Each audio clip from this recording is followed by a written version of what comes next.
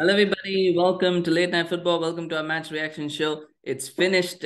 Leeds United 0, Manchester United 2. And the title of the video says Ten Hag tactical masterclass. And it was a tactical masterclass. Now, some might say it was a bit of a lucky win. And I would agree with that. I think it was a bit of a lucky win because I think Leeds had quite a few chances where they could have won it. But I think just in terms of the whole game and how Ten Hag managed that, I think he did a really, really good job. And we'll talk about that because I don't think there's not a lot of options. And the fact is that whatever Ten Hag was going to do, it was not going to be there was always going to be some criticism, some sort of, why is he doing that? Why is he not doing that? And the fact is, United without Casemiro, without Anthony Martial, there are issues in that team, and he's got to have to figure out the best way to get the best out of it. But I thought he did. I thought he was good. Now the team selection starts with the team selection. I think a lot of people going, why is Maguire starting? Why is Martinez not starting? And the fact is that Lisandro Martinez is suspended for Barcelona. So Luke Shaw has to play centre back just to get a feel of what it's like to play at centre back, because he's going to play centre back. You would suppose at the Nou Camp. So he's going to have to get used to it. It's very different playing left back and playing centre back. So he's got to get used to that. So he had to start. Varane obviously has played a lot of games, so he's got to get a rest. So Maguire comes in, because you can't have Martinez and Shaw playing together. So you need somebody in there. I think he figured that, I would have started Lindelof. Maybe that's because I would have started Lindelof, but I think what he realized was probably that if there is a point where I think they were trying to get the switch plays, and I think he probably figured that Maguire done quite well with the switch plays in an earlier game. So he thought if it's going to be a switch of play from side to side, Maguire is probably better than Lindelof at it. I'm not sure that's correct, but I do feel that Lindelof is better with the over-the-top ball. Maybe Maguire is better with the switch. I thought Maguire was terrible. To be honest, we'll talk about that because I would probably be more upset about it if they'd drawn this game or lost this. But he was really, really terrible. But I thought the selections were fine. I think forward line maybe could have taken off Weghorst, maybe brought in Pelistri, maybe. But again, that's like, you're trying to put in a player because Garnacho couldn't start after the game that he had. He wasn't going to start. So it was either Pelistri or Weghorst. And I think he went with Weghorst because if you plays Pelistri and you've got Sancho and you've got Rashford, Sancho hasn't played a lot of games, Pelistri hasn't played a lot of games. That's too much to ask for a high intensity showdown like this. So I think he went with the options that made sense. And then, of course, I thought Leeds were, like I said, I thought Leeds were really, really good. And I thought United were completely out of the game. The second half especially, I think Leeds were very disappointed because at first 5-10 minutes, they were all over United. They had all the chances. They had all the possession. They were really, really troubling United. And I thought that first half at 10 minutes is when we saw the worst of Fred and we saw the worst of Maguire. Because for me, and probably even the worst of De Gea as well. I mean, a couple of passes that De Gea was making were just completely incredibly ridiculous.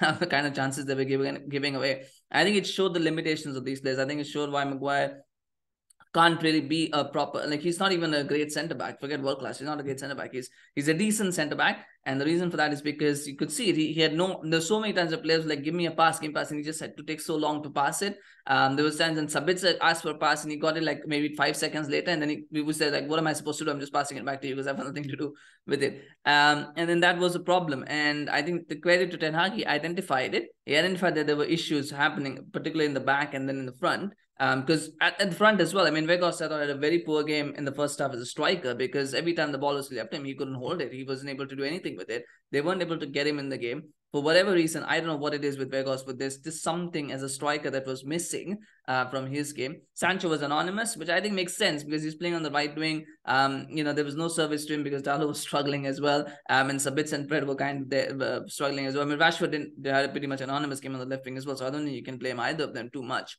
Where it changed, and this is why it's a tactical, I say it's a tactical genius move, is I think Ten Hag realized, okay, fine, I've got to get it. I've got to get Shaw out wide because clearly Malacia is struggling. So I'm going to bring in Martinez. And what that allows me to do also is because Shaw is not, again, Martinez can play those over the top balls. His delivery is much better. I don't think Shaw is at that level of Martinez. Martinez is just brilliant, isn't he? But I don't want to make this a Martinez love fest. So he brings on Lisandro Martinez. So now they've got more control in defense.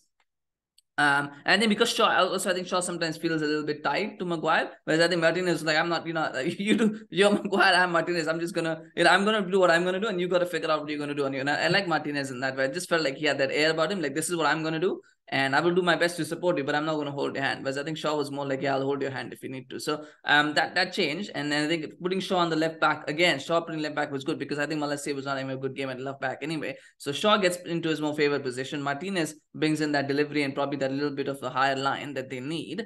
And then the big change for me was Weghorst going at number 10. I've never in my life expected to see Weghorst going in at number 10, but he goes at number 10. Rashford plays up front. And I tell you what, I think it's one of the most surreal sights that you ever see. Weghorst at number 10. I thought that and I don't think it was a proper number 10. I think he was more playing as a second striker, but he was dropping in to help the midfield. And I was so and you know what? He did a very good job. In the second half, he was in the last 15-20 minutes. It was a step up from what he was doing before, because he was back there, he was making the blocks, he was making the tackles, and every time the ball, he could be a battering ram, because when he was getting crowded out by the defenders, he couldn't be the battering ram. When he was a number 10, because the defenders were being occupied by Rashford's space, he could be the battering ram that they wanted him to be. He was a battering ram. I loved it. It was a fantastic move from Ten Hag, by the way. That's just, it's sometimes some things that just come out of mind. And if it had not worked, we would have been like, what the hell is going on? But it worked, and it's a tactical genius. I don't think he'll try it too often though, but it was a good move. And then the goal comes. The goal comes because there's now that space. Because Rashford has created that space, with his space, for the defenders to drop deep. Garnacho, of course, also has got that pace. And what happens, the ball comes out to Sabitzer. Sabitzer plays a long ball to Shaw. Shaw is better than Malacia. So therefore, he's not someone who's going to be, because if it was Malacia, I don't think it would have gone anywhere. But with Shaw, because he's got that, forward drive, he gets the ball and then he puts a wonderful cross in, and Rashford scores the header. And it's 1-0 Rashford. I'm in the form of his life at the moment. I think there's just nothing to say about that. We talk about him. I don't think he had a great game, but in front of goal, he's looking deadly. What's interesting to note is that a lot of his recent goals have come from the striker's position. And I just wonder if we're now starting to see the evolution of Marcus Rashford, the striker. I don't think he's a striker in the mold of Anthony Martial or even of Weghorst yet. He's not in that mold. But what he's learning now is he's becoming a striker who can score goals, the kind of goals that you expect strikers to go. Not the ones where he runs the byline, cuts inside, and then puts a great ball in, like a curling shot or whatever. He's scoring the strikers' goals, those headers, those tap-ins, those those last shot kind of goals, and penalty box kind of goals. And I like that. That's what needs to happen with Rashford. That's where his next evolution needs to happen, and I'm seeing that. And I wonder if next season he could very well make a claim to be a starting striker for Manchester United, maybe. But we'll see what happens. But anyway, 1-0. I just felt at 1-0. I mean, Leeds had put in so much. I thought Leeds actually could still have gone on to draw that game from 1-0. But I think that goal kind of deflated them a little bit, because that was probably one of United's few meaningful attacks, and they got a goal from it. And it almost felt like, we did all of this and we've kind of just given up. And then the second goal came, as it happens so often. One goal brings two. And that's what happened again. One goal brought two. I think the second goal is with Weghorst at number 10. He makes the pass, that nice little pass. What Weghorst does have is a bit under. He does have a good pass on him. For a striker, for a 6'6" striker, he has a very good pass on him, and that's why he doesn't score a lot of goals, because he's often that target man kind of player who can bring others into play. But then he's too slow to kind of get in the box for a team that plays on a fast break. He can't get into the box. So he's got to be one of the two. I think playing him at number 10 helped, because all he had to do was be the battering ram and pass it around to the other players. So that's the reason why it worked. And it was a good pass to Garnacho. And Garnacho then takes it on. Gets a bit lucky, because the ball, ricochets the hand onto the post and goes inside, which, oftentimes those can even not go in. So he gets a bit lucky, but he deserved that luck. And after everything that has happened over midweek, where there was a lot of criticism about him, there's a lot of talk about him, young guy. I mean, people just, don't get it. But today he showed, why he's so highly rated. He's going to have inconsistent games. He's going to have, games where he looks very good. It's just what you've got to take with a young player. It's going to take time for him. And most people expect, 17-year-olds to be Messi. That doesn't happen. It takes time, and consistency comes with time. But nonetheless, so 2-0 win, 3 points. Important for United to get the 3 points, because they've got Barcelona, they've got Leicester, they've got 2 games in Barcelona and then Leicester in between, and they've got to try and get as quickly as possible, try to get as far away from the chasing pack as possible. And with Liverpool losing, with Newcastle drawing, I think this was Chelsea drawing as well. Not Liverpool losing, Spurs losing. But with that happening, I think they needed those 3 points just to kind of build that gap further. So that's good for them. My man of the match would have been Ten Hag if I could have given it to him, because I thought changes were spot on and he got it right, and that's important as well. But on the pitch, I'm struggling to think who could be the man of the match of Manchester United, because I don't think anybody had a standout game. I mean, it's difficult to pick one player out. I mean, probably Martinez would be my pick, because he came on and changed the game pretty much in a silent way. He came on and changed. His arrival changed the game. So probably be Martinez, because I can't really think of anybody else who deserves man of the match from those that started. But let me know if you think differently. Of course, do let me know what you think about the game. What do you think about Manchester United performance? What do you think about Ten Hag's tactics? I mean, the thing is that rotation had to happen, and this happened a lot during Sir Alex's time as well. Sometimes you just play a completely unrecognizable team before a big European clash, and they would get an ugly 1-0, 2-1 win, something like that. So this is part of that, of being, if the plan is to be challenging at the top tier, these kind of games will happen, and these kind of teams will need to be picked. You have that, you just have to do that, and sometimes you get lucky, sometimes you don't. Today they got lucky, and that's part of being a manager as well, getting that luck that you need. I thought Leeds played really well, though. I mean, if it was from Leeds, I mean, the thing is, I thought Adams and McKennie today were a little bit lower than the level that they were at. They were more tenacious on Wednesday. They were not so tenacious today. Maybe that made a difference as well for Manchester United. A little bit more time. I liked how they played in the first half. As I haven't talked about this actually. The first half, I thought the tactics were also spot on, because what you could see is Leeds were trying to push them, push, trying to be really fast. And what Ten Hag was